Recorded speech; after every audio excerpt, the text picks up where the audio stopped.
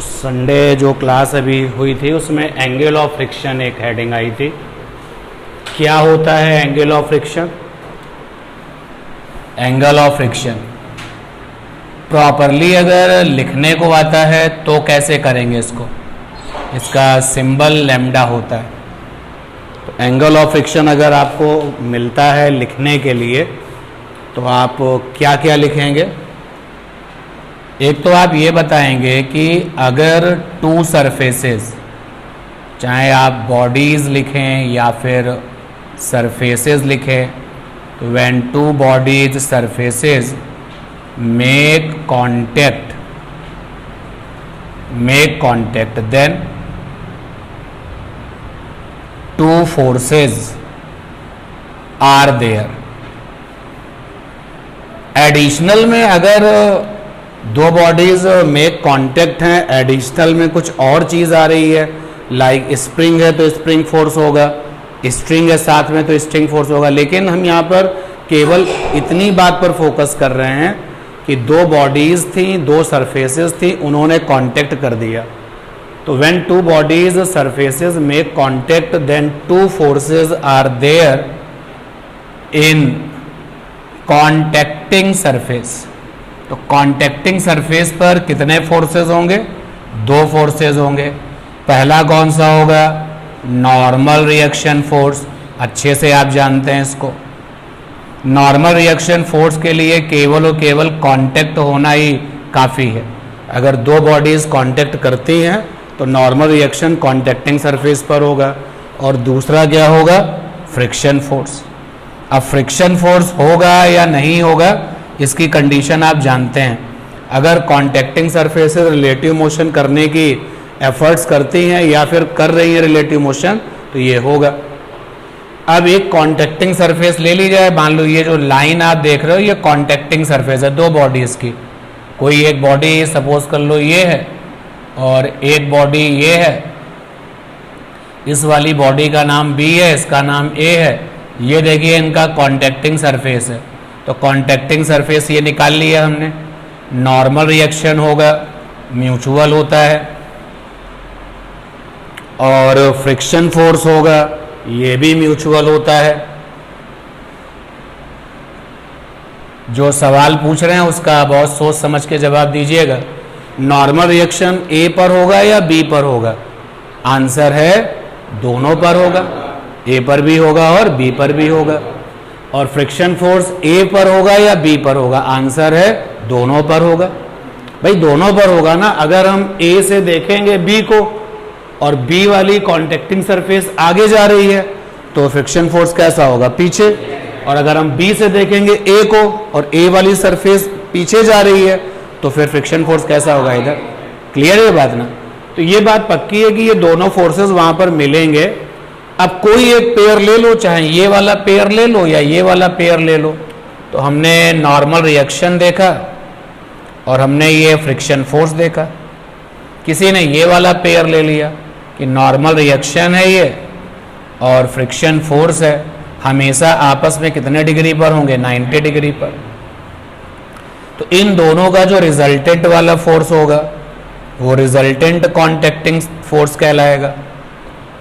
इस resultant contacting force ने normal के साथ, नॉर्मल रिएक्शन फोर्स के साथ जो एंगल बनाया है that is called the angle of friction.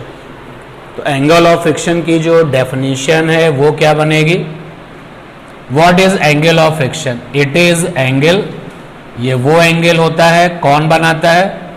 Form by resultant contacting force, resultant contacting force capital F. और ये कैपिटल एफ किनकी हेल्प से आएगा? फ्रिक्शन फोर्स और नॉर्मल रिएक्शन फोर्स। तो ये आएगा under root F square plus N square.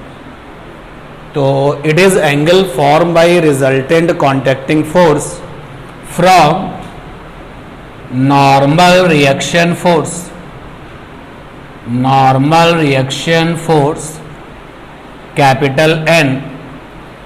ये लीजिए, ये इसकी डेफिनेशन हो गई कि एंगल ऑफ फ्रिक्शन क्या होता है। ये लिखा हुआ है। अब अगर हम इसको कैलकुलेट करें, इस वाले डायग्राम में tan लैम्डा लगाया तो एंगल के सामने वाला ये परपेंडिकुलर, ये जो परपेंडिकुलर लेंथ है किसके इक्वल है? फ्रिक्शन फोर्स के इक्वल है। और बेस में ये आएगा दैट इज n, यहां से आ गया tan lambda is equal to, और ये जो फ्रिक्शन फोर्स है that is mu S N. भाई जिस समय हम फ्रिक्शन फोर्स की बातें करते हैं तो क्या बॉडी सीधे रिलेटिव मोशन करने लगी होगी ना? पहले स्टैटिक फ्रिक्शन की बात होगी, स्टैटिक फ्रिक्शन की लिमिट आई होगी, उसके बाद रिलेटिव मोशन हुआ होगा। तो हम लोग उस किस सिचुएशन पर बात कर रहे हैं? हम लोग उस सिचुएशन पर बात कर रहे हैं when the relative motion just occur, when the sliding just take place, मतलब रिलेटिव मोशन बस होने ही वाला है। जब रिलेटिव मोशन जस्ट होने ही वाला है तो अपने इस फ्रिक्शन फोर्स को नाम क्या देंगे? Limiting friction. और लिमिटिंग फ्रिक्शन की वैल्यू जो है वो ये होती है म्यू एस एन अपॉन में एन, कैंसिल हो गया, म्यू एस बराबर हो गया tan लैम्डा, और जनरल वे में हम लिखते हैं mu is equal to tan lambda. तो इतना ये जाना था एंगल ऑफ फ्रिक्शन के बारे में।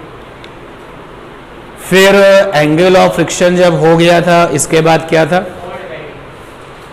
कोल्ड वेल्डिंग कहला बता दी थी। तो एक बार आप लोग सुन ले कोल्ड वेल्डिंग क्या होती है। जब बहुत बहुत हाईली स्मूथ सरफेसेस, ज़रूरत से ज़्यादा स्मूथ सरफेसेस एक दूसरे के कांटेक्ट में लाई जाती हैं और उनको बहुत स्ट्रांगली प्रेस्ड कर दिया जाता है टू ईच अदर, तो वो आपस में क्या हो जाती है? वेल्ड हो जाती हैं, चिपक जाती हैं, and that is called the cold welding.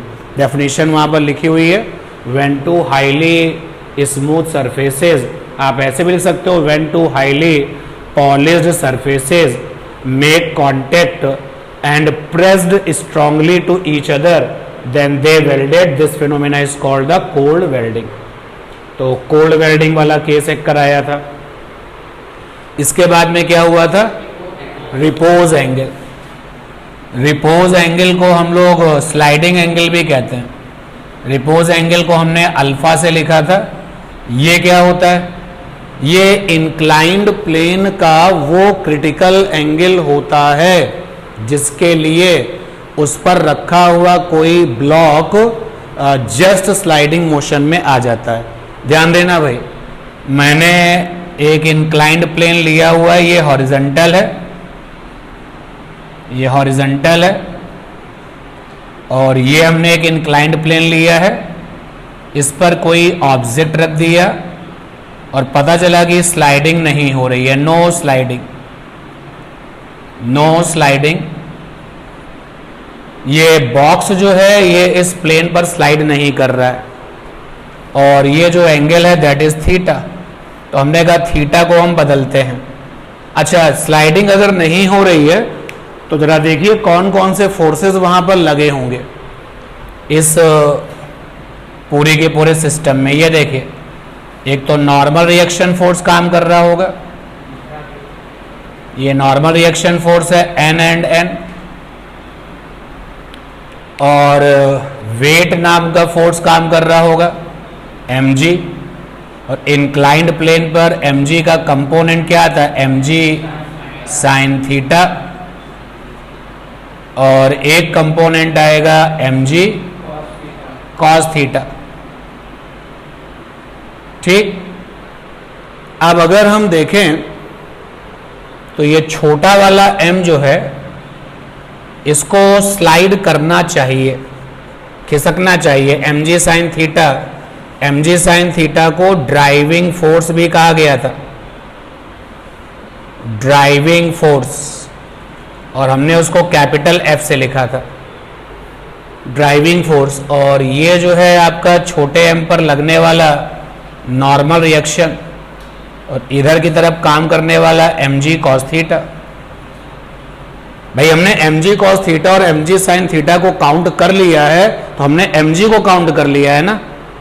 और देखो इस स्मॉल m पर कोई फोर्स लग रहा हो तो एक बात समझ में आती है कि इन लोगों ने तो आपस में लड़ करके एक दूसरे को संभाल लिया है, यानी n बराबर क्या है? mg cos theta. ये mg साइन थीटा है, लेकिन ये स्लाइड नहीं कर रहा, फिसल नहीं रहा। इसका मतलब है कि ये जो बॉक्स है ये नीचे जाना चाहता है, और इसी चाहत का जो अपोज करेगा that is called the friction force. तो यहां पर फोर्स काम कर रहा है, फ्रिक्शन फोर्स। तो फ्रिक्शन फोर्स ने mg साइन थीटा को क्या कर लिया, संभाल लिया।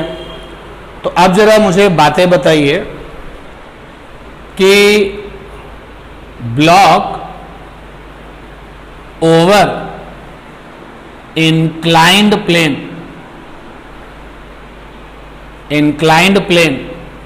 हैविंग फोर्सेस, अगर कोई ब्लॉक इंक्लाइंड प्लेन पर रखा हो तो जरा उस पर लगने वाले फोर्सेस की लिस्ट बताइए भाई। बोलो उस पर कौन कौन से फोर्स लग रहे हैं। उस पर एक फोर्स लग रहा है normal reaction force, normal reaction force capital N, जो कि किसके बराबर है, mg cos थीटा के बराबर है। उस पर एक फोर्स लग रहा है ड्राइविंग फोर्स,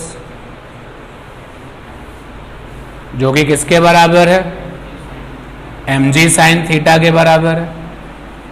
ड्राइविंग मतलब जो चलाना चाहता है, that is called the driving. उस पर एक लग रहा है फ्रिक्शन फोर्स, और ये बराबर होगा, फ्रिक्शन फोर्स की वैल्यू क्या होती है, म्यू एन, लिमिटिंग फ्रिक्शन। तो यहां से आ जाएगा mg cos theta. General way में लिखना चाहें तो ऐसे लिख सकते हैं, म्यू mg cos थीटा। तो ये आ गया आपका म्यू mg cos थीटा। यहां तक कोई परेशानी हो किसी को तो बताओ। अगर कोई ब्लॉक इंक्लाइंड प्लेन पर रखा है तो उस पर यही फोर्सेस काम कर रहे होंगे, ठीक है।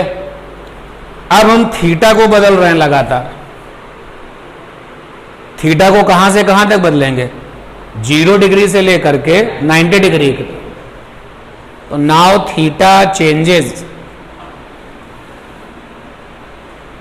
फ्रॉम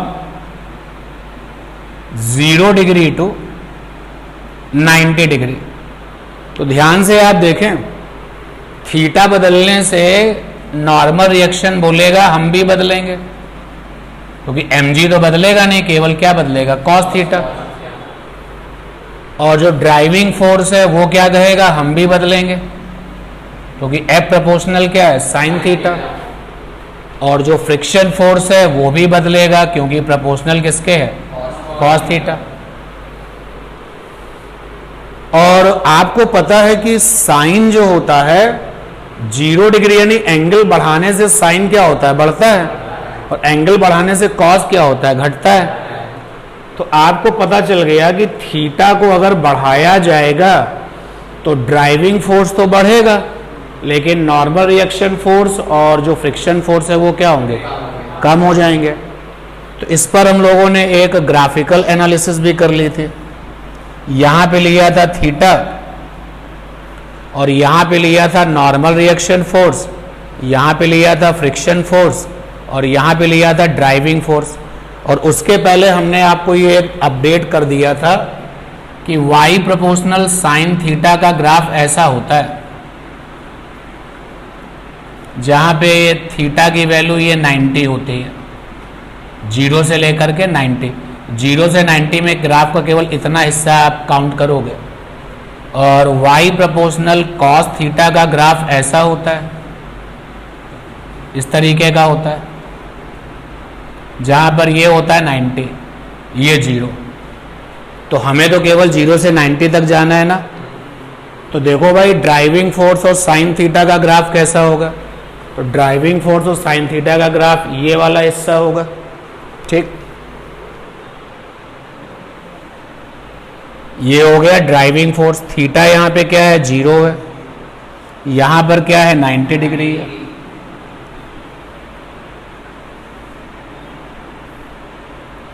और ये भी पता चल रहा है कि साइन थीटा की मैक्सिमम वैल्यू क्या होगी, 90 पे ही होगी। यानी इस वाले केस में जब थीटा 90 है उस समय हमारा ड्राइविंग फोर्स क्या है, मैक्सिमम है। तो ये लाल वाला ग्राफ ड्राइविंग फोर्स के लिए है। इसको हम कैसे रिप्रेजेंट करें, तो ग्राफ के ही कुछ हिस्से में ये कैपिटल F सेट कर लिया, तो कैपिटल F ड्राइविंग फोर्स का ग्राफ ये आ गया। और थीटा इज इक्वल टू 90 पर ध्यान दें, थीटा इज इक्वल टू 90 पर ड्राइविंग फोर्स की वैल्यू क्या होगी, mg होगी। तो यहां पर mg लिख दिया, कैपिटल F बराबर mg।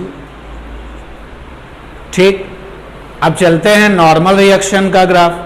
तो कॉस थीटा का ग्राफ ऐसा होता है। तो कॉस थीटा का ग्राफ वाई एक्सिस से शुरू होगा। तो देखो थीटा 0 अगर होगा तो कॉस 0 क्या होता है 1, तो n की वैल्यू क्या होगी mg। तो थीटा 0 पर नॉर्मल रिएक्शन के ग्राफ की शुरुआत कहां से होगी, mg से, यानी mg पॉइंट ये है। तो नॉर्मल रिएक्शन का ग्राफ ऐसे शुरू होगा। ये देखिए normal reaction graph. Normal reaction का ग्राफ यहां से शुरू नहीं होगा, यहां से नहीं होगा, यहां से नहीं होगा, mg से ही शुरू होगा। ये हमने प्रूफ कर लिया, ठीक है। और 90 पे जाके 0 हो जाएगा, वो देखिए। अब चलते हैं फ्रिक्शन फोर्स की बात कर लेते हैं। ये नॉर्मल रिएक्शन का ग्राफ है, तो ये मैंने यहां पर नॉर्मल रिएक्शन को दिखा दिया। फिर चलते हैं फ्रिक्शन फोर्स को लेकर के। तो फ्रिक्शन फोर्स में भी थीटा ही आ रहा है। तो थीटा 0 पे F की वैल्यू क्या आएगी, म्यू mg। तो mg पॉइंट ये है और फ्रिक्शन फोर्स थीटा 0 पे क्या है, म्यू mg। तो म्यू mg से ऊपर होगा या नीचे होगा, आंसर है नीचे होगा, क्योंकि म्यू की वैल्यू क्या होती है 1 से छोटी। तो म्यू mg क्या हो गया, mg से छोटा। तो मान लेते हैं कि म्यू mg का पॉइंट ये होगा, यहां कहीं पर ये है म्यू mg। तो फ्रिक्शन फोर्स का ग्राफ जो है वो चलेगा, क्योंकि इतने सारे ग्राफ एक साथ बनाए जा रहे हैं। तो फ्रिक्शन फोर्स के ग्राफ को हमने डॉटेड कर दिया। ये 3 ग्राफ मिले थे, ठीक है। अब जरा ध्यान दे भाई, जरा इस पॉइंट को देखो। ये वो पॉइंट है, पिछली क्लास में भी बात हुई थी, ये वो पॉइंट है जहां पर फ्रिक्शन वाला फोर्स और ड्राइविंग वाला फोर्स आपस में क्या है, इक्वल है। भाई आपको ये पता है कि जब 2 अलग अलग ग्राफ किसी पॉइंट पर कट करते हैं तो उस पॉइंट पर दोनों की वैल्यूज कैसी होती हैं, सेम होती हैं। तो बस इसी पॉइंट के करस्पॉन्डिंग एंगल को रिपोज एंगल कहा जाता है। ध्यान देगा भाई, ये इधर चलते हैं, यहां पर थीटा की कुछ वैल्यू आएगी, तो वही थीटा की वैल्यू अल्फा है। यानी कि ये वो एंगल है, थीटा लगातार बदल रहा है। तो जब प्लेन का थीटा बदलेंगे बदलेंगे बदलेंगे, तो इंक्लाइंड प्लेन का ऐसा एंगल जिसके लिए ड्राइविंग फोर्स और फ्रिक्शन फोर्स आपस में बराबर हो गए हैं, उसका नाम क्या था, एंगल ऑफ रिपोज। एक तो ये मतलब है। दूसरा मतलब यहां पर यह है कि उस अल्फा सिचुएशन पे, यानी जैसे ही ड्राइविंग फोर्स, आप कॉमन सेंस लगाओ ना, mg साइन थीटा क्या करता है, क्या करना चाहता है, नीचे चलाना चाहता है। और फ्रिक्शन क्या कर रहा है, लड़ रहा है, फ्रिक्शन लड़ रहा है। तो फ्रिक्शन जो है अगर बड़ा होगा, फ्रिक्शन अगर बड़ा होगा तो ये ब्लॉक इधर चलने लगेगा, और अगर ये बड़ा होगा तो ये इधर चलने लगेगा। आपको पता था ना कि स्टैटिक फ्रिक्शन जो था वो कैसा था, self adjusting.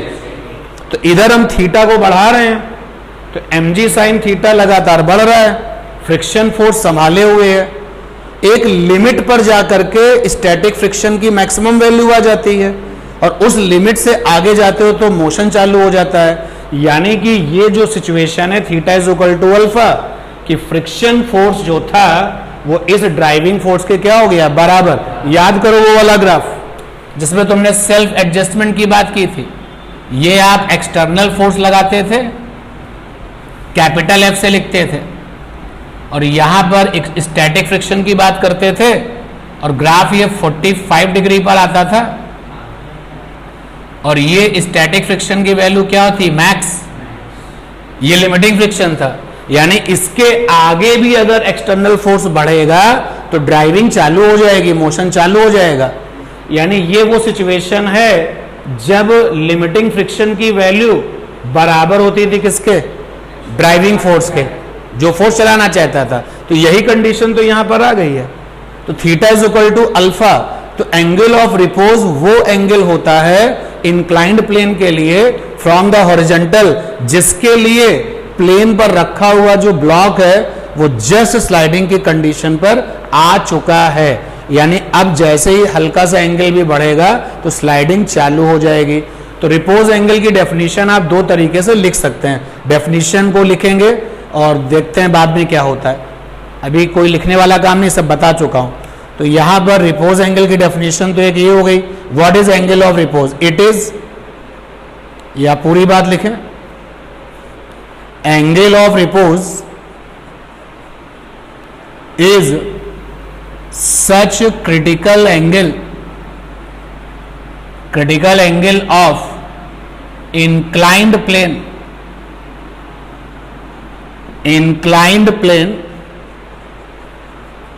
from horizontal at which limiting friction, यानी फ्रिक्शन की जो मैक्स वैल्यू थी, limiting friction FL become equal to driving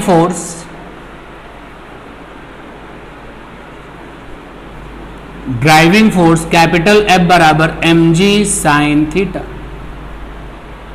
तो उस थीटा को कहते हैं कौन सा एंगल, रिपोज एंगल। एक तो ये डेफिनेशन लिख सकते हो, और रिपोज एंगल को हम और आप किससे लिखा करते थे, अल्फा से। तो यानी कि इस वाले केस को पकड़े और जरा सा रख दें यहां पर। तो जिस समय लिमिटिंग फ्रिक्शन FL बराबर था ड्राइविंग फोर्स कैपिटल F के, उस समय थीटा क्या बन चुका था, अल्फा। तो देखो भाई, लिमिटिंग फ्रिक्शन का फार्मूला है म्यू mg कॉस थीटा। तो क्या बन जाएगा, म्यू mg कॉस अल्फा, और F की वैल्यू क्या है, mg साइन अल्फा। तो यहां से जो कटने वाले लोग हैं कट जाएंगे, म्यू बराबर क्या हो गया था, tan अल्फा। ठीक है, और ये एक पॉइंट हमें मिल चुका था, और ये हम चूंकि जानते थे पहले से कि म्यू बराबर क्या होता है, tan लैम्डा। तो यहां पर अगर हम लोग म्यू बराबर tan लैम्डा लिखें, इज इक्वल टू हो जाएगा अल्फा, तो लैम्डा बराबर क्या हो जाएगा, अल्फा। तो यानी इस सिचुएशन में जो फ्रिक्शन एंगल लैम्डा है वो रिपोज एंगल के क्या होगा, बराबर। और एक डेफिनेशन क्या लिख सकते हैं, angle of repose is such angle of plane from the horizontal at which placing block over the plane just start the sliding. ठीक है ना, ये भी लिख सकते हैं कि ये वो एंगल, ये बात समझ में आई ना। तो वो वाली डेफिनेशन भी अगर आप बोलते हो तो लिख देते हैं, या आप सुन के काम चला लो तो बोलो भाई, चलो मैं जितनी देर में सुनाऊंगा उतनी देर में साथ साथ लिख भी दूंगा। एंगल ऑफ रिपोज की डेफिनेशन क्या है जरा देखते हैं, दूसरी वाली। तो angle of repose is such angle of plane from horizontal for which placing block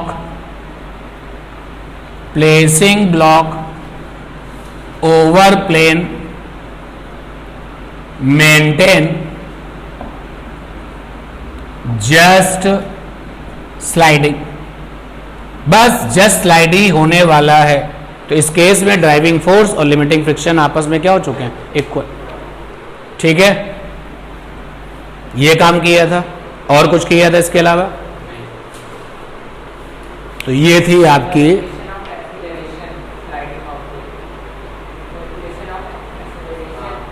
हाँ। इसके बाद हम लोगों ने एक काम और किया था, उसके लिए मुझे यहां पे डायग्राम बनाना पड़ेगा, आप लोग भी देखें इधर। अब जब ये सारा काम हो गया और आपने कहा रिपोज एंगल तो आ ही चुका है भाई, तो रिपोज एंगल पर इसी डायग्राम को सेट करते हैं, ध्यान देना सब लोग। ये रिपोज एंगल आ चुका है, थीटा बराबर अल्फा हो चुका है, और थीटा बराबर अल्फा हो चुका है तो जस्ट स्लाइडिंग स्टार्ट हो चुकी है। उस समय हमारा ये जो mg साइन थीटा है वो क्या बन चुका होगा, mg साइन अल्फा, और ये जो फ्रिक्शन है वो क्या बन चुका होगा, लिमिटिंग फ्रिक्शन। अब जैसे इससे और ऊपर जाएंगे थीटा की वैल्यू और ऊपर चलेगी, तो अब कौन सा फ्रिक्शन आ जाएगा, काइनेटिक, और ड्राइविंग फोर्स अपना ड्राइव करना शुरू कर देगा। तो ध्यान देना, उस सिचुएशन पे गौर करते हैं, गौर करें यहीं पर। अब हम थीटा की वैल्यू अल्फा से बड़ी कर रहे हैं, ध्यान दें इधर, थीटा की वैल्यू अल्फा से बड़ी कर रहे हैं। तो अब ये mg साइन थीटा की वैल्यू अल्फा से बड़ी हो गई है। अब mg साइन थीटा इसको नीचे स्लाइड करा रहा होगा, और अब जो फ्रिक्शन लगा होगा उसका नाम क्या होगा, काइनेटिक फ्रिक्शन। तो देखो ये लोग तो बैलेंस कर लेंगे एक दूसरे को, बोलो। तो इस डायरेक्शन में काम करने वाला नेट फोर्स क्या होगा, mg sine theta minus F के। तो नेट फोर्स हो जाएगा mg साइन थीटा माइनस का एफ के, ये नेट फोर्स हो जाएगा। अपॉन में मास कर दें तो ये क्या हो जाएगा, acceleration of A sliding block. तो ये इस एक्सेलरेशन से ये बॉक्स क्या कर रहा होगा, स्लाइड कर रहा होगा। और आगे चलते हैं भाई, a बराबर mg साइन थीटा। याद रखना इस वाले केस में थीटा क्या अल्फा से ज्यादा हो चुका है, वो अंडरस्टैंड है, ठीक है ना, अंडरस्टूड है वो बात। अब एफ के की वैल्यू क्या होती है, म्यू के। भाई एफ के बराबर भी क्या होता है, म्यू के एन।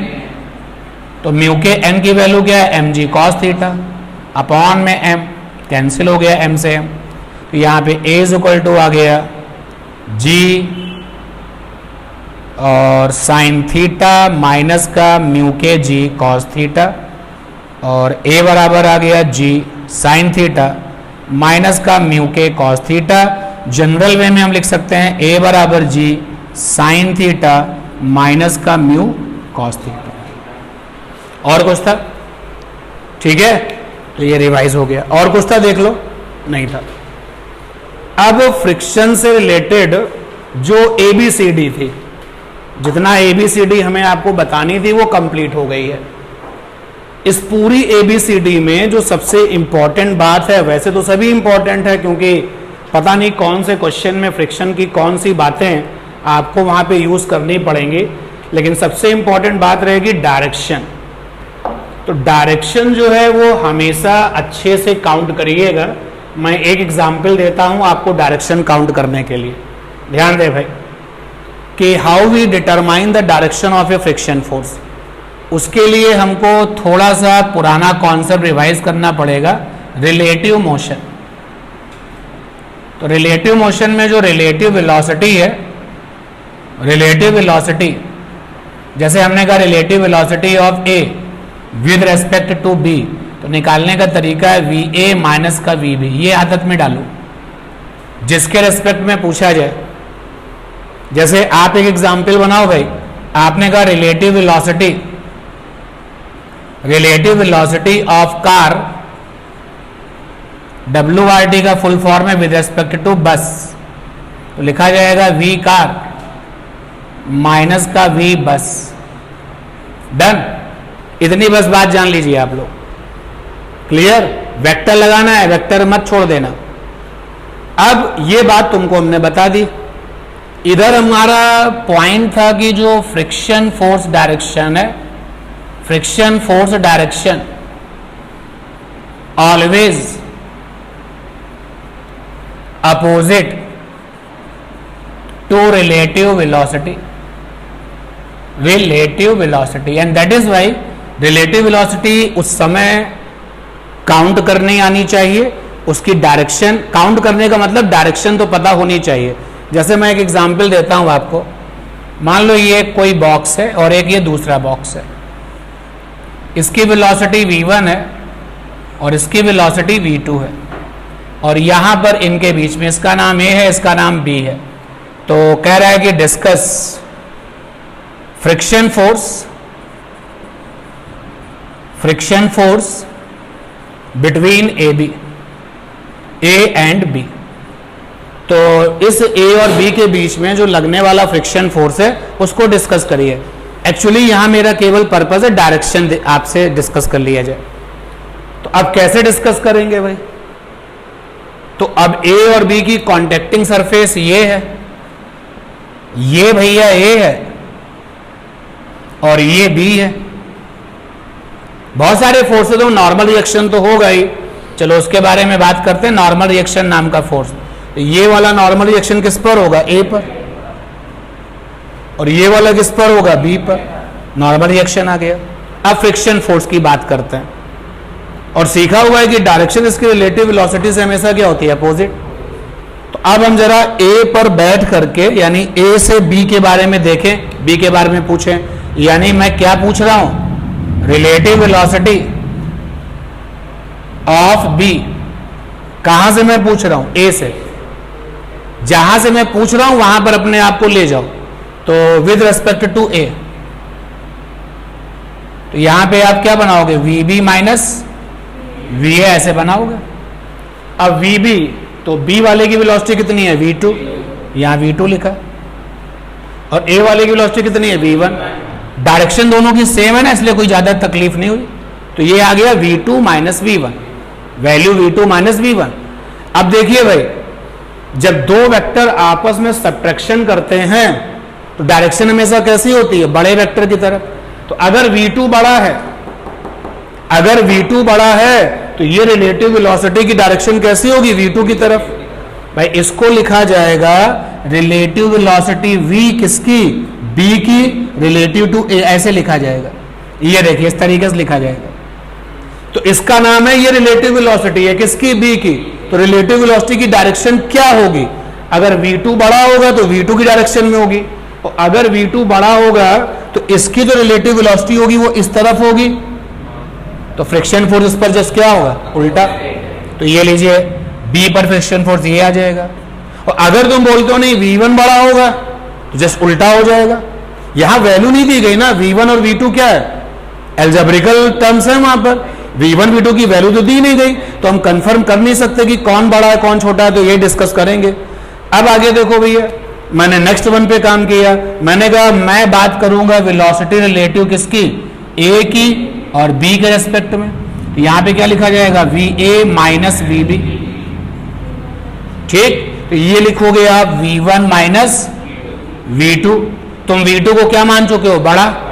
अगर V2 बड़ा होगा तो VAB, ये क्या नाम? Relative velocity. यहां B से देखोगे A के लिए, जब B से देखोगे A के लिए, तो ये जो रिलेटिव वेलोसिटी है V2 बड़ा है, V2 बड़ा है तो किस में आएगी? नेगेटिव आएगी।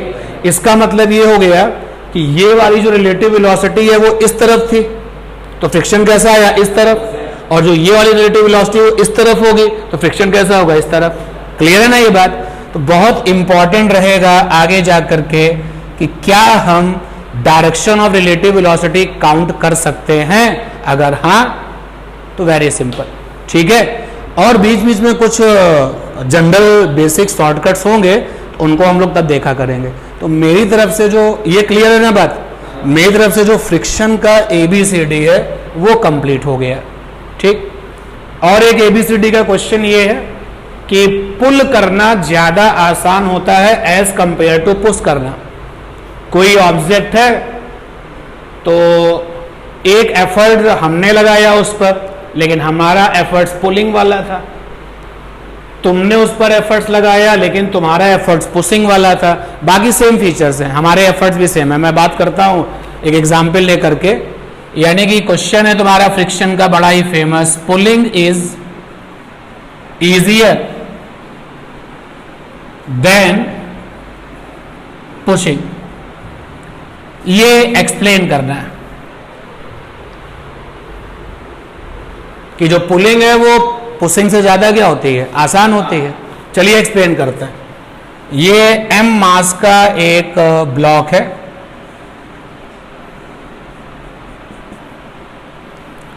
और सेम यही m मास का एक बॉक्स और है।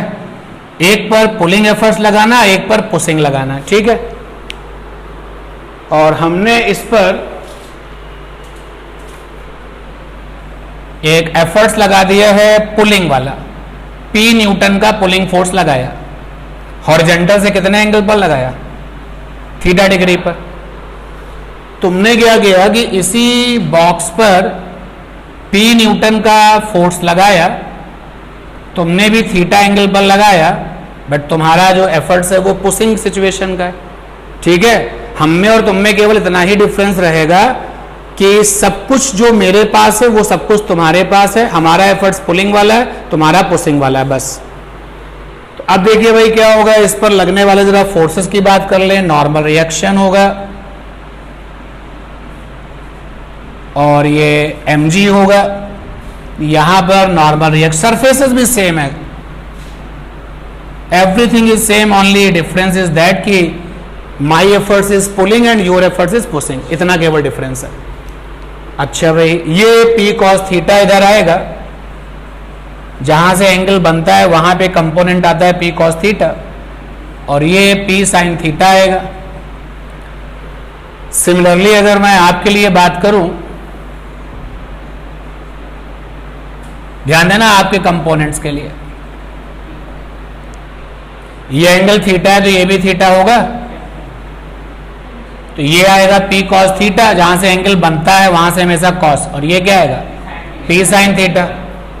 अब क्या कहते हो, ये तुम्हारा जो बॉक्स है अगर चलेगा तो किधर चलेगा, अलोंग द सरफेस चलेगा। तो अगर ये बॉक्स अलोंग द सरफेस चलेगा, ऐसे तो चलेगा नहीं, तो इसका मतलब है ये लोग तो लड़ करके आपस में एक दूसरे को खत्म कर देंगे। मैं इस बॉक्स की बात कर रहा हूं, तो बॉक्स पर लगने वाला नॉर्मल रिएक्शन mg से mg को नहीं, बॉक्स पर लगने वाला अपवर्ड फोर्स यानी n plus P sin theta बराबर क्या होगा mg। ध्यान नहीं देते हो आप लोग, ऊपर की डायरेक्शन में काम करने वाला टोटल फोर्स है n plus P sin theta इस बॉक्स पर, इस ब्लॉक पर, और नीचे काम करने वाला mg है, तो मोशन तो होगा नहीं ऐसे अपवर्ड की तरफ, तो कैंसिल कर देंगे। यहां देखिए ऊपर की ओर काम करने वाला फोर्स क्या होगा भाई, n है और कोई है बस, और नीचे तरफ फोर्स कौन सा होगा mg plus P sin theta. तो यहां से n की वैल्यू आ जाएगी mg minus P sin theta, और वहां से n की वैल्यू आ गई mg plus P sin theta. अब देखिए भाई, ये तो हो गया वर्टिकल में बैलेंसिंग, इधर भी। अब ये P sin थीटा बॉक्स को उधर चलाएगा, तो फ्रिक्शन फोर्स कैसा होगा NT, तो यहां पर ये फ्रिक्शन फोर्स आएगा। और इधर देखिए ये P cos थीटा बॉक्स को इधर ढकेलेगा, पुश करेगा, फ्रिक्शन फोर्स कैसा होगा इस तरफ। तो यहां पे जो फ्रिक्शन फोर्स है मान लेते हैं यहां पे F2 है, और यहां पर जो फ्रिक्शन फोर्स है मान लेते हैं यहां पर F1 है। अब देखिए मैं F1 निकालता हूं, तो F1 बराबर क्या होगा म्यू n, बोलो म्यू माने म्यू, n की वैल्यू क्या है mg minus P sin theta, और F2 बराबर क्या होगा म्यू n, सब कुछ सेम है भाई, दोनों सरफेसेस के बीच का जो कोफिशिएंट फ्रिक्शन है वो म्यू ही है, तो यहां पर भी म्यू लेंगे, लेकिन यहां वाला n, तो यहां वाला n आ जाएगा म्यू, और ये आ जाएगा mg plus P sin theta. Now check the situation, आप देख सकते हैं यहां पर जो फ्रिक्शन फोर्स है उसकी वैल्यू ये है, और हाईलाइट करें चीजों को, तो चलिए F1 बाई F2, म्यू से म्यू कटा, ऊपर क्या आएगा mg minus P sin theta, upon में क्या आ जाएगा mg plus P sin theta. बोलो कौन बड़ा है, F2 बड़ा है, ये छोटा है, ये स्मॉल है। भाई आप समझ पा रहे हैं सब लोग, ऊपर देखो ना mg से कुछ माइनस हो गया और ये mg में प्लस हो गया, तो ये छोटा है ये बड़ा है, और नीचे वाला वैल्यू बड़ा है। स्मॉल अपॉन बिग हमेशा क्या होता है लेस देन 1, तो F1 लेस देन क्या F2, यानी जो पुल कर रहा है उसको फ्रिक्शन F1 मिला था वो कम फ्रिक्शन है, और जो पुश कर रहा है उसको फ्रिक्शन क्या मिला था F2 ज्यादा फ्रिक्शन। तो क्या इजियर हुआ, फ्रिक्शन जहां कम है उसको ज्यादा आप इजी फील करोगे। हो गया एक्सप्लेन, तो समझ रहे हैं तो ओके, नोट कर रहे हैं तो कर लो। फिर लिखिए क्वेश्चन, नोट डाल के लिखिए ना, लिखेंगे क्योंकि फेमस प्रॉब्लम हमेशा तैयार रखी जाती है। Find the maximum length of hanging part find the maximum length of hanging part of a chain. Find the maximum length of hanging part of a chain, comma, which can hold in equilibrium without slipping off. Which can hold equilibrium without slipping off. OFF off. Which can hold in equilibrium without slipping off. OFF off.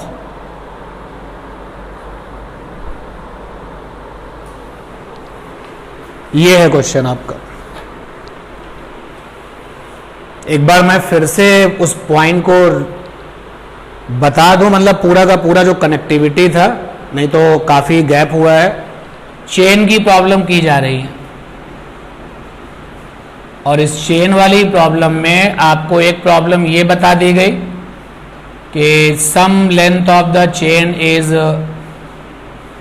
Rest over the table and some is hanging. तो इस hanging part को इस table पर खींच लें pulled out के लिए कितना वर्क डन करते हैं. तो W बराबर आया था mg/L/2n² and what is n? What is n? Times of length which is in hanging situation. जैसे आपने कहा कि 1/3 length of the chain is hanging, तो n बराबर क्या हो गया 3. 1/5 length of the chain is hanging, तो n बराबर क्या हो गया 5. दूसरा क्वेश्चन आपका ये हुआ था, इस बिल्कुल सेम था यही, लेकिन आप इस हैंगिंग पार्ट को ऊपर जो है खींच लेना चाहते थे और वर्क डन चाहिए था. तो W बराबर आया था, खींच लेने के लिए तो हो चुका है, आप उल्टा करते थे कि ये जो आपका रेस्ट वाला पार्ट है ये स्लिप करके नीचे आ जाए. तो उस समय जब स्लिप ऑफ होता था उस समय वर्क डन आया था mg/L/2 1 - 1/n². और जिस समय स्लिपिंग जस्ट हो गई है उस समय स्पीड क्या रहेगी? तो W बराबर करना था डेल्टा के. डेल्टा के मीन्स के फाइनल, के इनिशियल. के इनिशियल हो गया 0, तो you can calculate the K final as well as slipping speed ½ mv² से. ये बात सही है. अब जो क्वेश्चन तुमने अभी अभी कहा है कि मैक्सिमम लेंथ कितनी लटकाई जाए इस चेन की कि स्लिप वाली सिचुएशन ना हो, स्लिप ऑफ हो. OFF ऑफ, स्लिप नहीं होनी चाहिए. मैक्सिमम लेंथ किसी चेन की कितनी लटका दें जिससे कि स्लिप ऑफ रहे, स्लिपिंग ना हो, ये मतलब है. तो क्या सिचुएशन बनती थी? हम लोग कहते थे कि जो चेन है उसकी जो लेंथ है दैट इज L, उसका जो टोटल मास है दैट इज M, और मास पर यूनिट लेंथ, मास पर यूनिट लेंथ कितना था? m/L. m/L ये था यूनिट लेंथ का मास. कितनी मैक्सिमम लेंथ सस्पेंडेड होगी स्लिप ऑफ ना हो पाए? तो मान लेते हैं कि जो सस्पेंडेड लेंथ है मैक्सिमम वो L' है, या मैक्सिमम लेंथ है. इससे ज्यादा लेंथ अगर करोगे तो स्लिप ऑफ हो जाएगी, चेन फिसल करके गिर पड़ेगी. तो रेस्ट में कितनी चेन हो गई भाई? L - L'. ठीक है, ठीक है. तो अब हम बात करते हैं जो हैंगिंग वाला चेन पार्ट है. For hanging part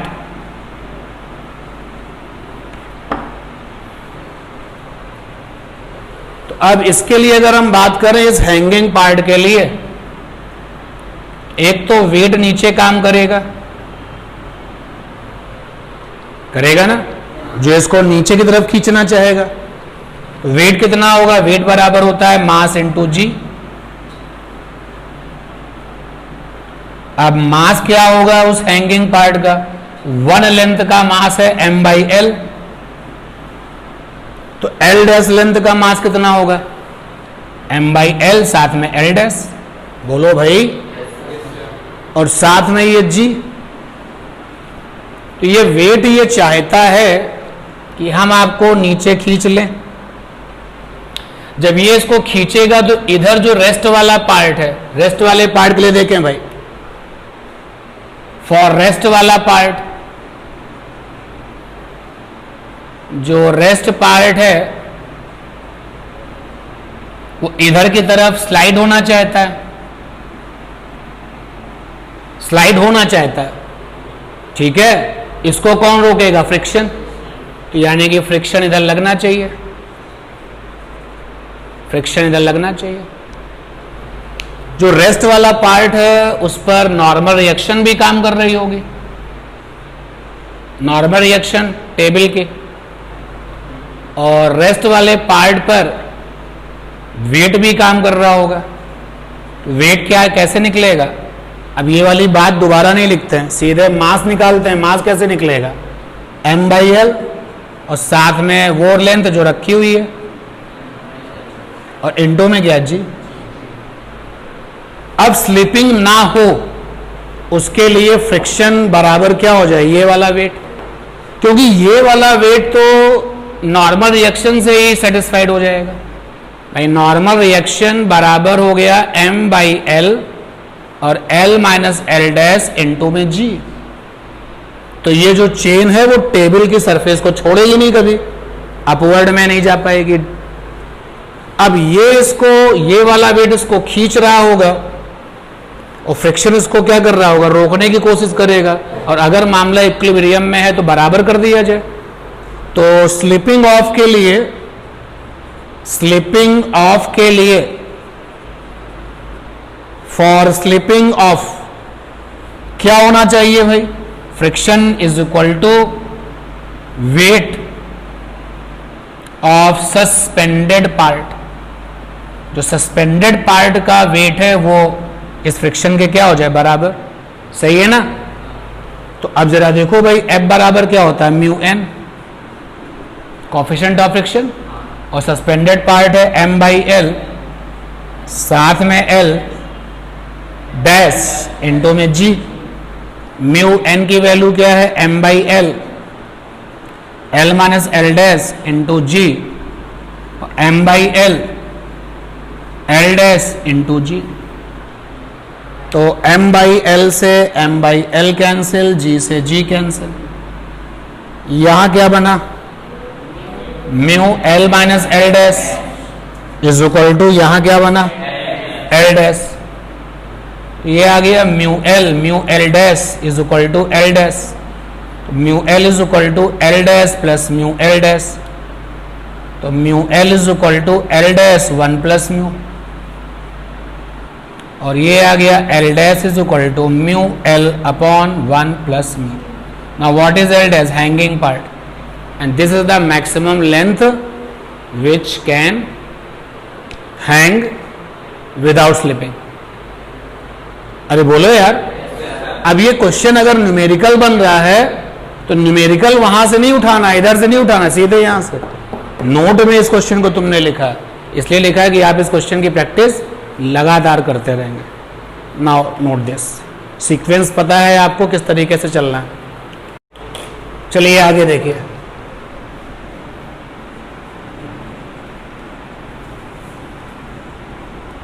we learn concept when given pulley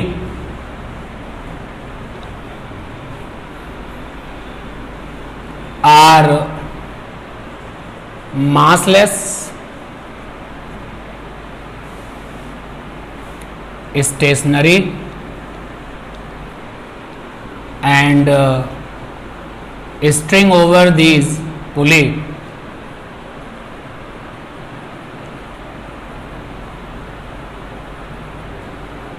are also massless,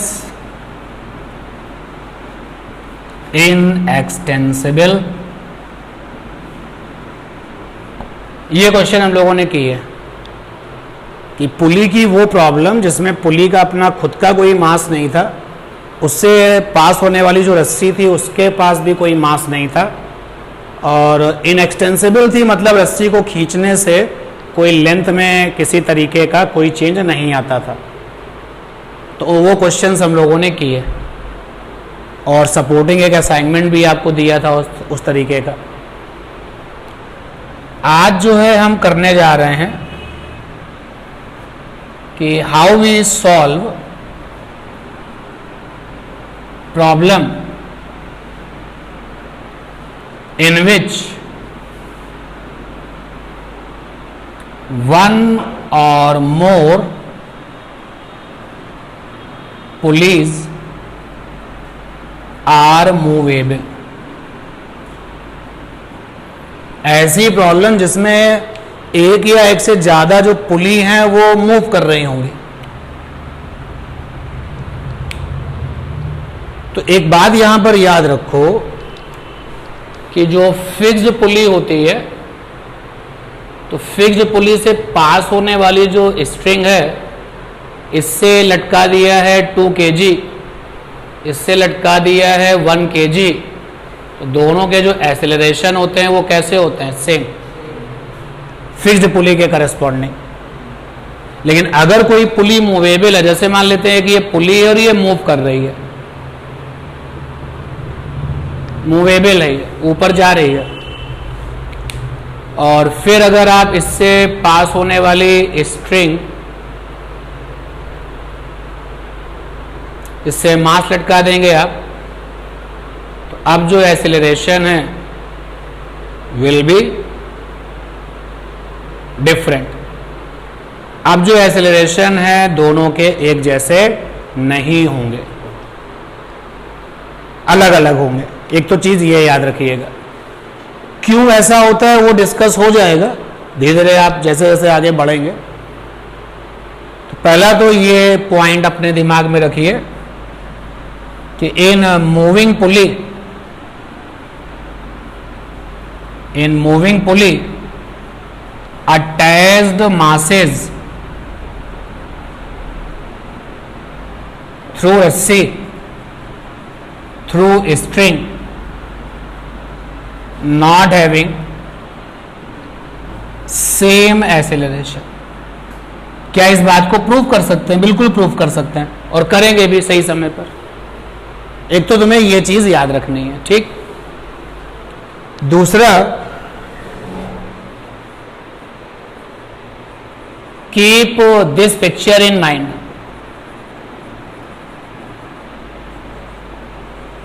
इस पिक्चर को अपने दिमाग में बिठाइए, चीजें आसान हो जाएंगी। ये पुली है और ये रस्सी है,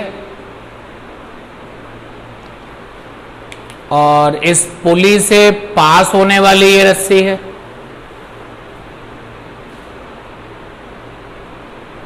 तो यहां पर अगर टेंशन, यहां पर टेंशन सेम होगा ना, एक ही रस्सी है, तो यहां पे टेंशन जस्ट क्या होगा? डबल।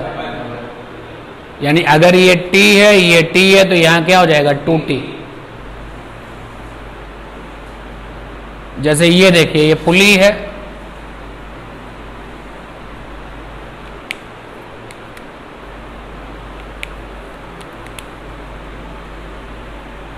अगर यहां टेंशन T, यहां टेंशन T, तो यहां कितना हो जाएगा? 2T। ठीक है ना।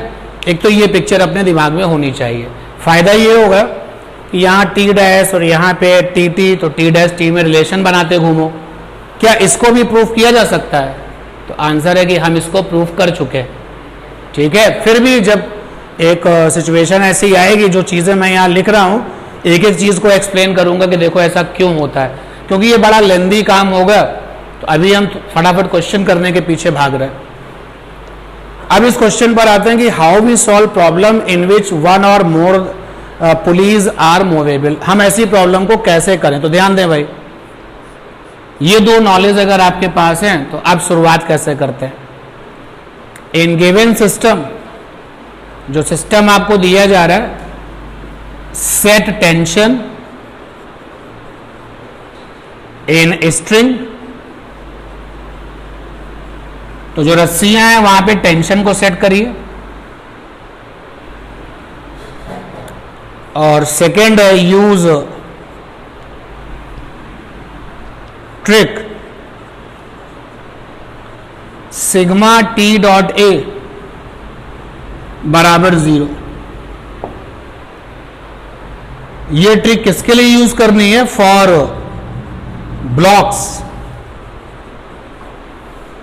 For blocks which attached with string.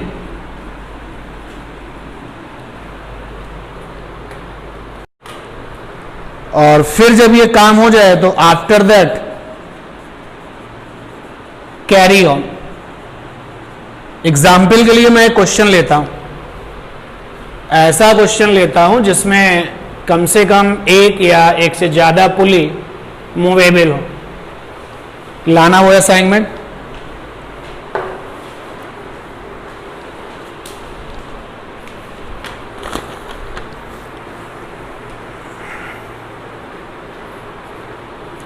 जैसे एक क्वेश्चन तो यही वाला ले लिया जाए।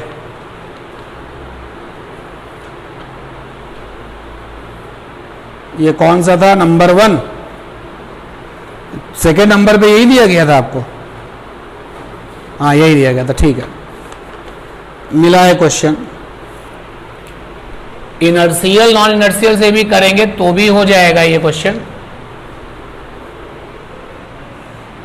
देखिएगा सवाल भाई, ये ब्लॉक है, ये यहां पर पुली है, एक ये पुली है,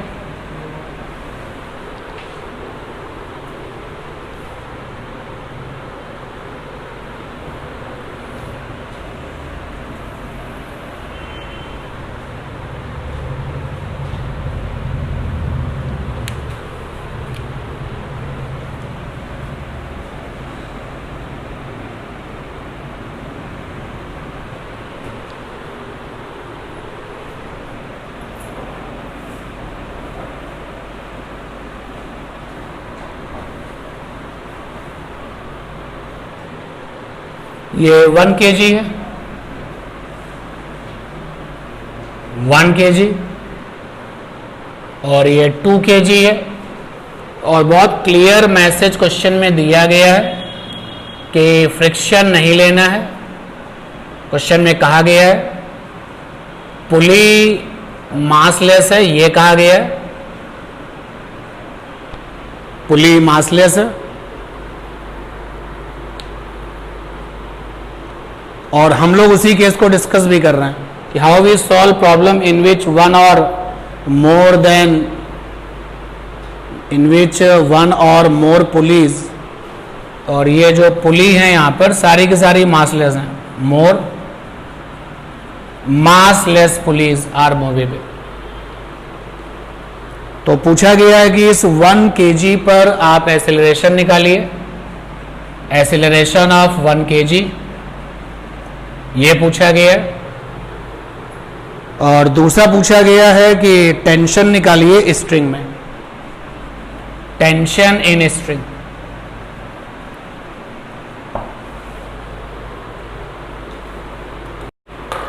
अब आप इस क्वेश्चन को देखो, जरा बताओ कि क्या यहां पर एक या एक से ज्यादा पुली मूवेबल हैं? भैया ये वाली पुली कैसी है? फिक्स है। और ये वाली क्या हो रही? चल रही है। तो अब आप क्या करें, यहां पर आ जाए। In a given system set the tension in the string. तो टेंशन को जरा सेट कर लीजिए भैया।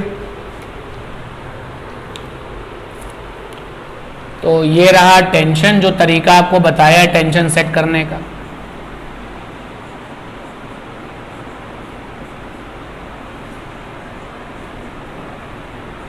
उस वाली पिक्चर को ध्यान दें, ये वही पिक्चर आ गई। तो यहां टेंशन कितना होगा?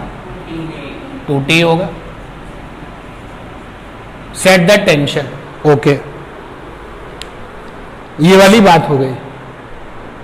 सिग्मा TA बराबर 0। T माने टेंशन, A माने acceleration of the blocks which are connected with the string. तो यहां पर उन ब्लॉक्स को देखिए जो लोग स्ट्रिंग से कनेक्टेड है। एक ब्लॉक तो ये है और एक ब्लॉक ये है, जो तुम्हारी सोच हो। जनरली जो सस्पेंडेड होता है उसको क्या मानते हैं, नीचे जा रहा है। तो मान लिया इसका एक्सेलरेशन a1 है। याद रखें जो सस्पेंडेड हैं वर्टिकल वे में, हम जनरल वे में ये मानते हैं कि भाई कोई एफर्ट्स तो आप लगा नहीं रहे हो एक्स्ट्रा में, तो ऑटोमेटिकली ग्रेविटी से क्या होगा, नीचे ही जाएगा। और इसका जो एक्सेलरेशन है इसका a2 मान लिया, तो ये a2 लेट में है और a1 भी लेट में है। इस पॉइंट पर ध्यान दें कि use trick sigma T dot ए बराबर 0 for the blocks which attach with the string after that carry on. ठीक है, अब आपने जो है ब्लॉक्स के एक्सेलरेशन मान लिए।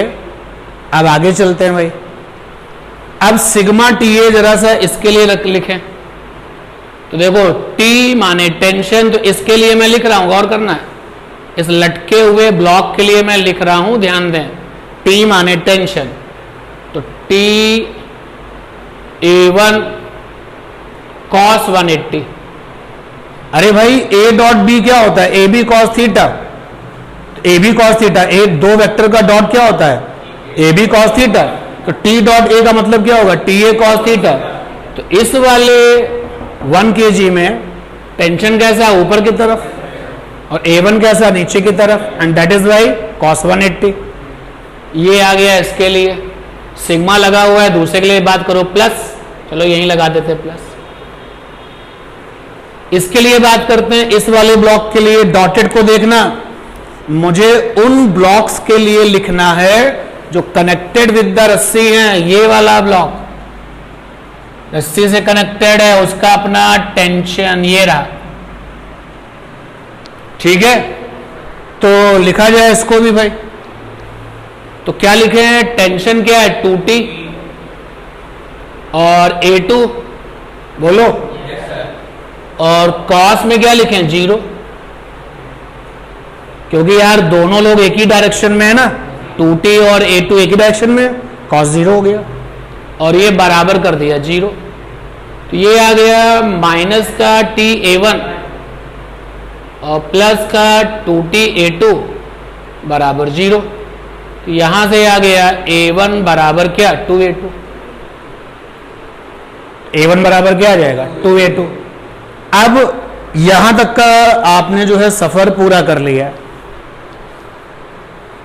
अटैच विद द स्ट्रिंग, और कह रहा कि आफ्टर दैट कैरी ऑन। तो आफ्टर दैट कैरी ऑन का मतलब ये है कि अब जब आपको एक्सेलरेशंस पता चल जाएं तो उन्हीं ब्लॉक्स का एफबीडी बना करके और उनका मोशन का इक्वेशन लिख करके बात बना लो। जैसे देखो पहले मैं एफबीडी बना रहा हूं इस 1 kg का, 1 kg, ये रहा 1 kg।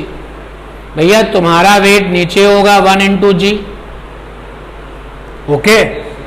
तुम्हारा टेंशन ये है, बावजूद इसके तुम किधर जा रहे हो, नीचे जा रहे हो, तो नेट फोर्स क्या होगा 1 into g माइनस का t 1 into A1। तो यहां पे आ गया g माइनस टी बराबर A1, इक्वेशन 1। ठीक है, अब मैं उस वाले ब्लॉक की बात कर लूं, 2 kg, तुम्हारे ऊपर फोर्स 2T लगा इधर और तुम A2 एक्सेलरेशन चल रहे हो इधर। तुम्हारे वेट की और नॉर्मल रिएक्शंस की बातें हमें पता, कैंसिल हो जाएगा, कोई मतलब तो है नहीं मोशन में उसका। तो भैया फोर्स कितना है इस पर 2T, नेट फोर्स कितना है 2T बराबर मास इनटू एक्सेलरेशन। तो T बराबर क्या हो गया A2। अब यहां से T बराबर A2 है, ये इक्वेशन नंबर 2 है और ये इक्वेशन नंबर 1 है। ठीक,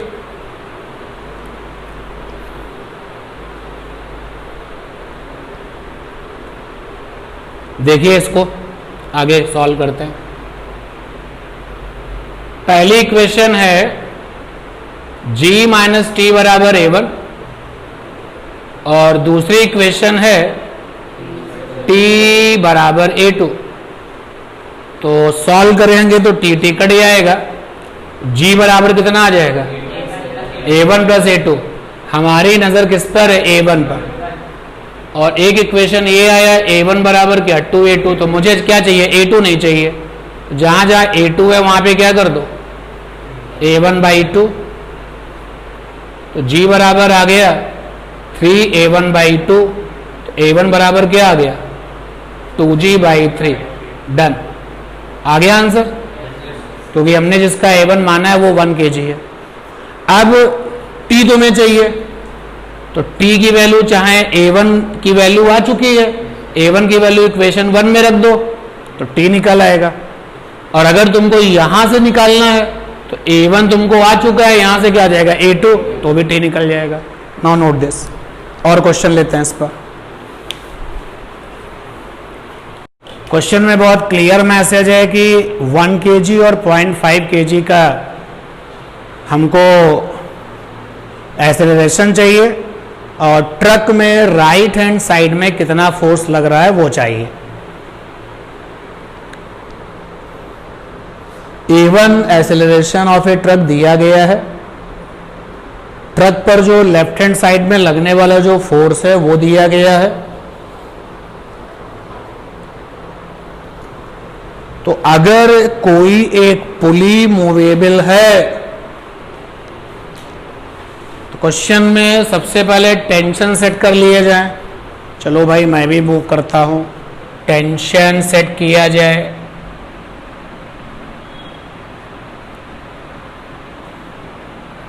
रस्सी एक तो टेंशन एक, इन केस ऑफ मासलेस रस्सी टेंशन हमेशा ऐसे दिखाया करो कि वो between the two touches point tries to decrease the length of the string.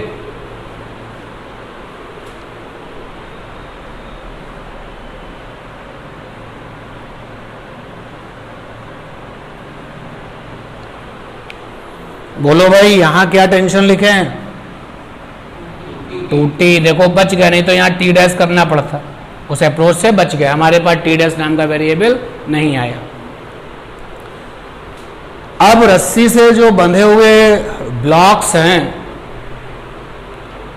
उनके लिए सिग्मा T डॉट ए 0 किया जाए। तो देखो भाई कुछ तो सोचना पड़ेगा। मान लिया कि ये A1 से नीचे आ रहा है और ये A2 से नीचे आ रहा है, जो भी सोचना चाहो, एक नीचे आ रहा है एक ऊपर आ रहा है, जैसा भी मानो, आप जैसा चाहो वैसा कर सकते हो।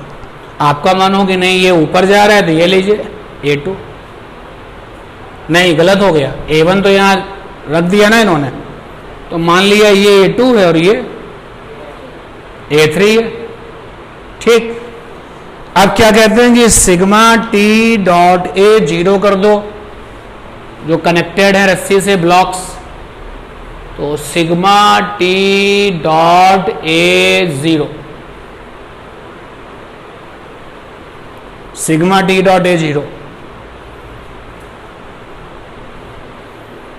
तो बताओ क्या ट्रक रस्सी से कनेक्टेड है कि नहीं है? तो इसका T, इसका A1 माइनस होगा कि नहीं होगा? अब सारे बड़े बच्चे हैं, यहां पर cos 180 लगेगा ना भाई। टेंशन का T ट्रक पर इधर है और A1 उधर है, तो cos 180 से निगेटिव आएगा, cos 180 -1 होता है। चलो आगे चलते हैं, इसके लिए चलते हैं भाई। इसके लिए क्या आएगा -2T/A2। भैया 2T नाम का टेंशन ऊपर है और तुमने A2 कैसा माना नीचे, दैट इज वाई 180 हो गया। और तीसरे वाले के लिए चलो भैया, ये क्या आ जाएगा T/A3, cos 0 आएगा ना, ठीक है। तो सारे के सारे अटैच्ड ब्लॉक्स विद रस्सी के लिए सिग्मा T डॉट ए 0 कर दिया। तो यहां से T का तो काम खत्म हो गया, तो ये आ जाएगा माइनस का A1 माइनस का 2A2 प्लस का A3 बराबर 0। तो A3 बराबर आ गया A1 प्लस 2A2 इक्वेशन 1। अब इसके बाद क्या करें? इसके बाद पर्सनली हर किसी का BD बना करके और तो इक्वेशन आ चुका है, रिलेशन आ चुका है बिटवीन द एक्सेलरेशन। तो अब मैं पहले ट्रक के लिए चलता हूं। ट्रक के लिए इतनी जर्नी हो चुकी है कि सीधे पिक्चर देखो, रिजल्ट देखो। तो नेट फोर्स कितना होगा? F माइनस T 2A1 बहुत सीधे सीधे चल रहा हूं भाई, ट्रक इधर चल रहा है। नेट फोर्स क्या हुआ, this minus this, net force बराबर मास इंटू एक्सेलरेशन। मास ट्रक का कितना दिया, 2 kg। एफ की वैल्यू दे रखी है 20, तो 20 माइनस टी बराबर 2a1, इक्वेशन नंबर 2। हाँ भाई केतन बाबू सही है ये बात। चलो इसके लिए चलते हैं, इसके लिए जो 0.5 kg है, 0.5 kg के लिए चलते हैं। देखते हैं इस पर कौन कौन से फोर्सेस काम कर रहे हैं। एक तो इसका 0.5 g है और एक है इसका 2t। तुमने क्या माना है, ये नीचे जा रहा है, तो नेट फोर्स क्या होगा, 0.5 g minus 2t is equal to 0.5 a2। ठीक है, 0.5 में क्या हो गया, 1/2, फ्रैक्शन हटा दिया, इसमें 1/2 आया। मैं मल्टीप्लाई कर रहा हूं 2 से, ध्यान दो इधर, जब मल्टीप्लाई करूंगा 2 से तो ये हो गया 4t और ये हो गया a2। ये इक्वेशन नंबर 3 आ गया। चलता हूं इस 1 kg के लिए, 1 kg। देखो इसमें कौन कौन से फोर्सेस काम कर रहे होंगे। एक तो वेट है नीचे की तरफ 1 × g, और टेंशन ऊपर माने बैठे हो, तो माने क्या बैठे हो, सिचुएशन ही ऐसी है। तुमने तो a3 ऊपर माना है, तो बड़ा कौन हुआ, t माइनस जी बराबर 1a3, तो t माइनस जी बराबर a3, इक्वेशन नंबर 4। अब आपका जो काम है, मुझे a2 निकाल के दो, a3 निकाल के दो, t निकाल के दो, क्योंकि t निकलेगा तभी तो ट्रक पर लगने वाला राइट हैंड टेंशन निकल के आएगा।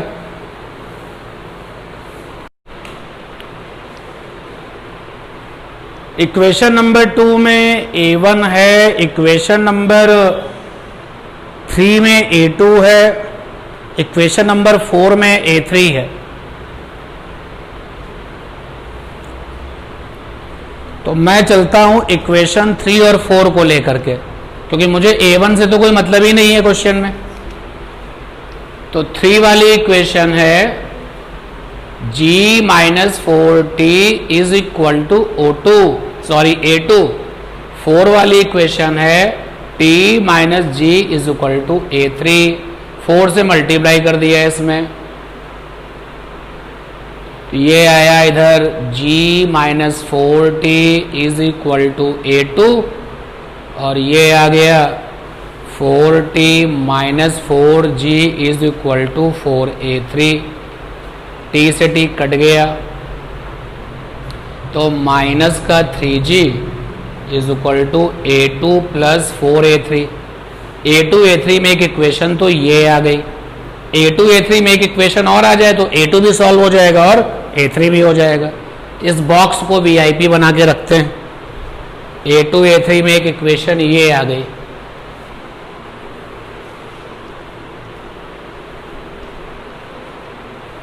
मैंने 3 और 4 का इस्तेमाल किया था।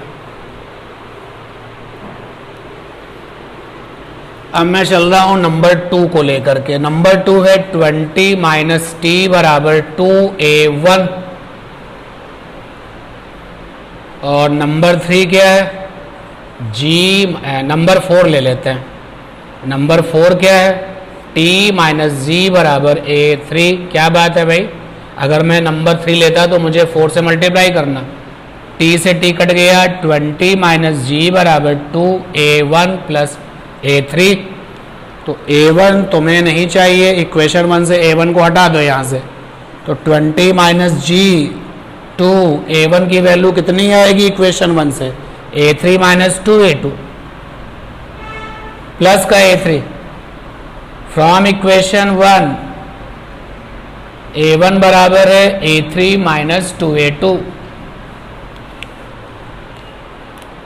g बराबर 10 ले लिया तो कितना आ गया, 2a3 4a2 a3, 10 बराबर 3a3 माइनस का 4a2, ये आ गया बॉक्स नंबर दिस। ये वाला बॉक्स क्या आया था, g की वैल्यू 10 ले लो, माइनस 30 बराबर a2 प्लस 4a3। लीजिए भाई, हम तो a2 a3 को निकालते जा रहे हैं एकदम। तो ये वाला बॉक्स है और ये वाला बॉक्स है। क्या है यहां पे 10 बराबर 3a3 माइनस का 4a2, इधर है माइनस का 30 बराबर a2 प्लस का 4a3। किसको गायब कर दें? किसी एक को गायब कर दें? a2 को गायब कर दें? बोलो यार। a2 को गायब करें तो 4 से मल्टीप्लाई कर लें भाई। क्या बना? ऊपर वाली equation as it is 3a3 4a2 और ये माइनस का 120 4a2 प्लस का 16a3। a2 से a2 कैंसिल हो गया। ये कितना आ गया? माइनस का 110। ये कितना आ गया? 19a3। तो a3 बराबर क्या आ गया? माइनस का 110/19। अब एक चीज और सुनो, a3 निगेटिव आया ना, तो जिसके पास एक्सेलरेशन a3 था मैंने उसको कैसा माना? ऊपर या नीचे? ऊपर माना है ना, इसका मतलब वो क्या चल रहा होगा? नीचे, और कोई वजह नहीं है इस निगेटिव की। तो जरा सॉल्व करो, बताओ भाई क्या आंसर आया। a3 किसका था? 1 kg का था। a3 जो माना था 1 kg का था, तो नीचे आ रहा है। सॉल्व करके बताओ कितना आंसर है। 1 kg का आंसर बता दीजिए कितना है। 19 6 तो जाएगा नहीं, 5 जाएगा। 19 5 95 और 95 और 5 यानी 10 नहीं, 110 से 95 गया, कितना बचा? 15 बचा। अब 15 बचा तो 19 6 19 7 वे 150 बन गया। 7 133 बोलो, और 8 153 तो ये 7 आ गया। तो 5.7 मीटर पर सेकंड स्क्वायर। लीजिए एक आंसर मैंने आपका निकाल दिया। अब a3 कब्जे में तो a2 कब्जे में, a2 कब्जे में तो T फॉर टेंशन कब्जे में, और ट्रक की राइट हैंड साइड में फोर्स कौन होगा? वही टेंशन T। ध्यान दें, एक पॉइंट और है आपके लिए, सॉल्व कर लेना, मैंने आंसर दे दिए। देखो यार, ये पुली है P फॉर पुली, और ये इससे रिलेटेड ब्लॉक्स हैं, टर्मिनल्स कह लो रस्सी के। ये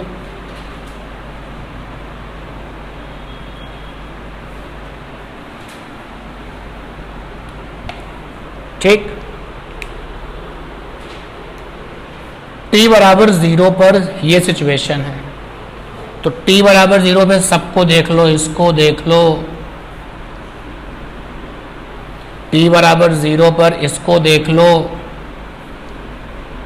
तो ऐसा करते हैं, इसका नाम है नंबर 1 और इसका नाम है नंबर 2। ठीक। और ये पुली मूवेबल है। मान लेते हैं कि आफ्टर सम टाइम ये पुली यहां से यहां पहुंच गई।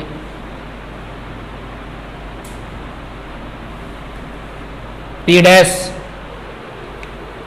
और उसी टाइम पर 2 वाला जो ये ब्लॉक था वो यहां से यहां पहुंच गया, 2 डैश।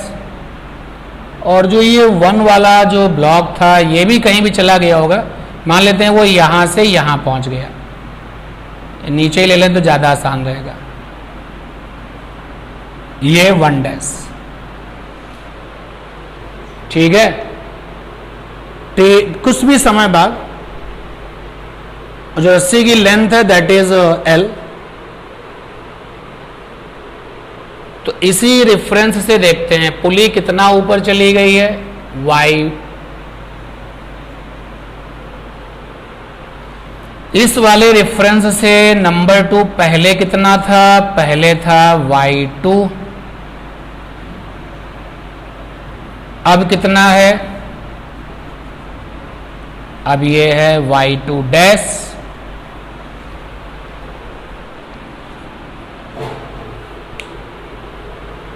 और इसी रेफरेंस से t बराबर 0 पे ये कितना था? Y1। अब ये कितना है y1 डैश, ठीक है। अब जो रिजल्ट्स आप देख रहे हो उन रिजल्ट्स को देखो,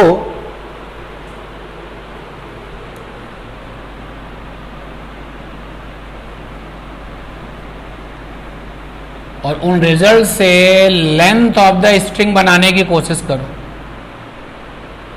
भाई ये जब पुली ऊपर चली गई तो साथ में तो रस्सी भी अटैच्ड है ना, तो जरा सा लेंथ ऑफ द स्ट्रिंग बनाने को देखो।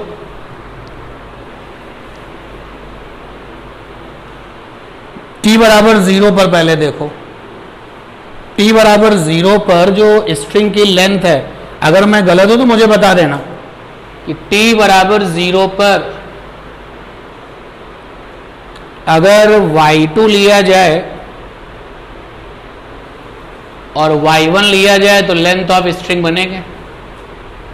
देख लो, अगर t बराबर 0 ले लिया जाए, देखो भाई t बराबर 0, सब भूल जाओ, ये देखो रस्सी का ये वाला हिस्सा कितना है y2, ये कितना है y1, और जो अटैच्ड विद पुली होता है उसको क्या करते हैं, इग्नोर कर देते हैं। काउंट करना चाहो तो कर सकते हो, चलो मान लेते हैं कि जो पुली के साथ जो अटैच था वो सपोज कर लो कि x था, तो क्या लिखोगे y2 plus y1 plus x बराबर l।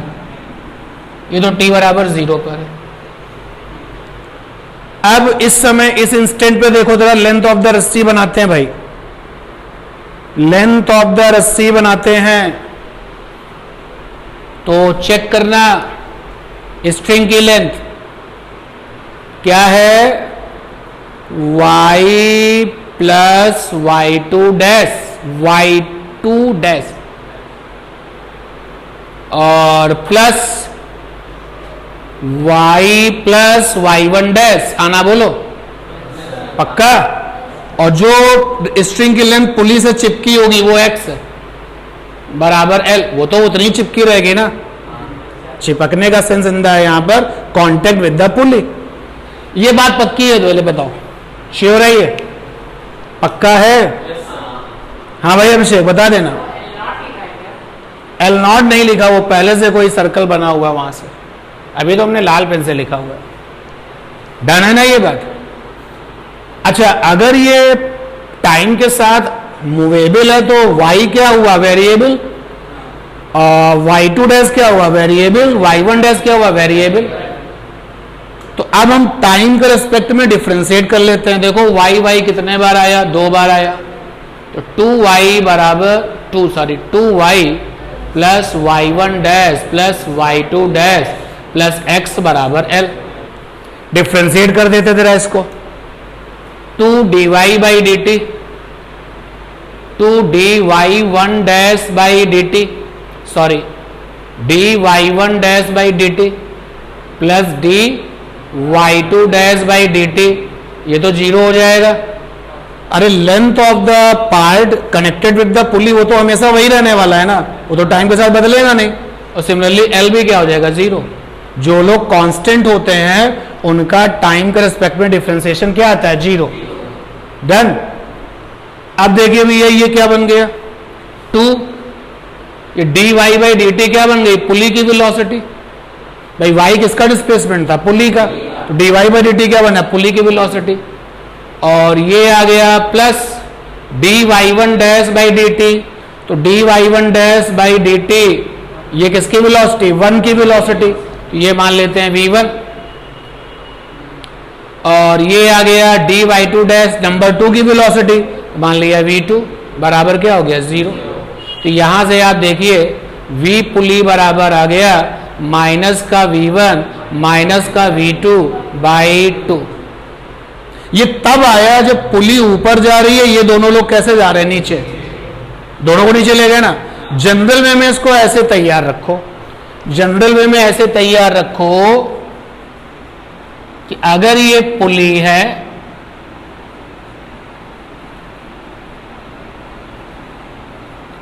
और इससे अटैच्ड ये टर्मिनल से ये पहला टर्मिनल है, इसको 1 कह दिया, ये दूसरा टर्मिनल है। अगर पुली के पास वेलोसिटी vp है और नंबर 1 के पास वेलोसिटी v1 है, मतलब नंबर 1 के पास 1 से अटैच जो भी है और नंबर 2 के पास वेलोसिटी v2 है, तो जनरल वे में ऐसे याद रखना चाहिए वेक्टर vp बराबर v1 प्लस v2 बाई 2। अब देखो इसको मैं वहां फिट करता हूं। v1 कैसा था, नीचे की तरफ, तो नीचे क्या होता है, माइनस वाई एक्सेस आता है, तो ये माइनस हो जाएगा, ये भी नेगेटिव हो जाएगा, और पुली कैसी थी, ऊपर। आ गया रिजल्ट। ऐसे हमेशा दिमाग में रखो। तो याद रखो कि vp v1 और v2 साइन के साथ, ऊपर है तो प्लस, नीचे है तो माइनस, या नीचे है तो प्लस तो ऊपर वाला क्या माइनस, जैसे भी आपकी सोच हो, ठीक है।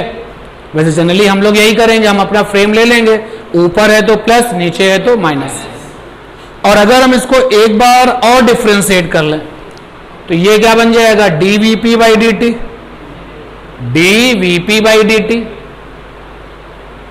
और ये आ जाएगा माइनस का dv1 बाई dt, और ये dv2 बाई dt बाई 2, और एक्सेलरेशन हो गया। ये तो क्या बना, एक्सेलरेशन बराबर होता है velocity change upon time change. ये किसका एक्सेलरेशन, पुली का। ये माइनस a1, ये माइनस a2 बाई 2। ये तब आया जब हमने क्या माना, पुली ऊपर, ये दोनों नीचे। तो जनरल वे में रिजल्ट क्या आ गया भाई, जनरल वे में आ गया a पुली बराबर a1 plus a2 by 2। These are the some simple terms जो कि आपके क्वेश्चन के लिए हेल्पफुल हो सकते हैं।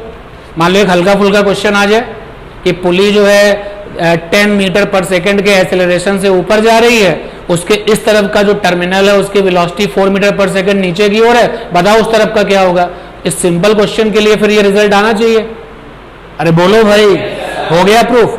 तो जो बात आपके नोट करने वाली है वो ये है, ना कि ये देखने के लिए था केवल बस।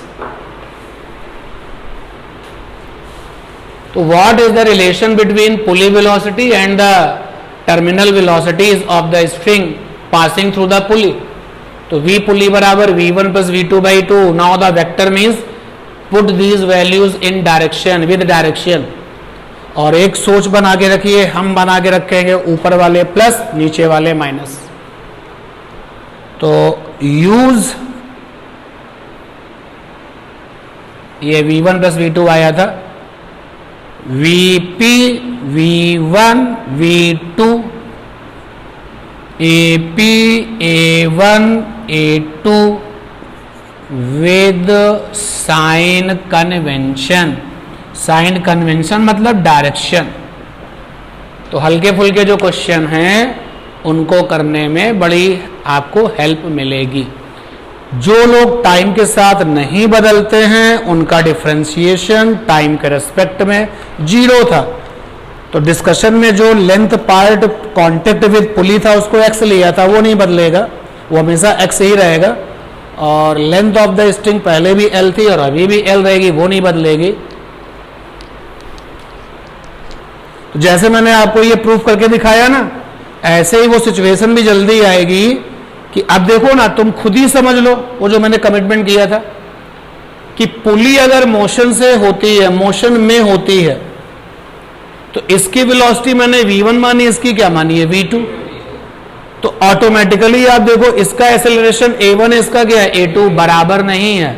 मैंने लिखा था आपसे ना, अगर पुली मोशन में होती है तो उससे जाने वाली स्ट्रिंग के टर्मिनल्स के एक्सेलरेशन एक जैसे, आज की क्लास में बताया था, एक्सप्लेन हो गया। और सोचो कि अगर पुली नहीं है चलेगी, ये देखो AP तुम 0 हो जाओ तो A1 बराबर A2 आ जाएगा, A1 बराबर माइनस A2, मतलब एक नीचे जाएगा तो दूसरा, तो वाली बात भी आ गई। चलिए, तो इतना काम है आज की क्लास का, मिलते हैं अगली क्लास में।